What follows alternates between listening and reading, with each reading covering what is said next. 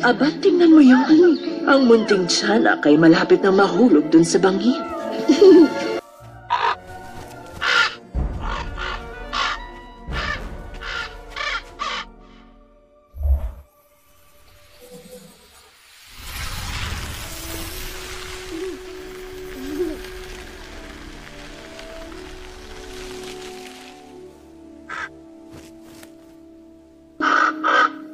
Bakit?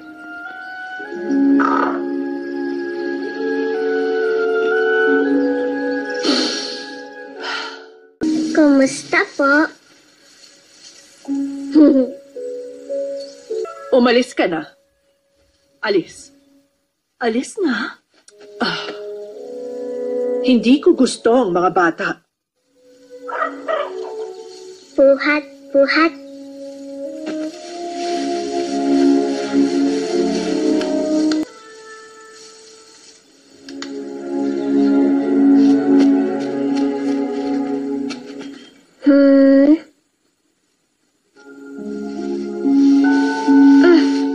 Alis na.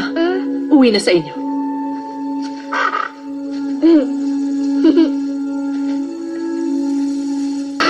Tulad ng winika ni Maleficent, lumaki nga si Aurora na mayumi at maganda.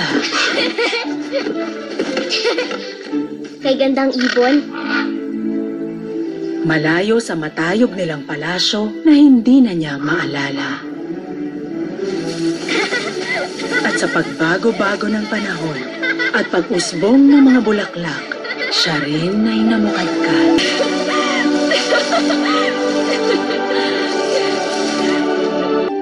Sige, kain. May pagkamangha niyang inalam ang kanyang mundo.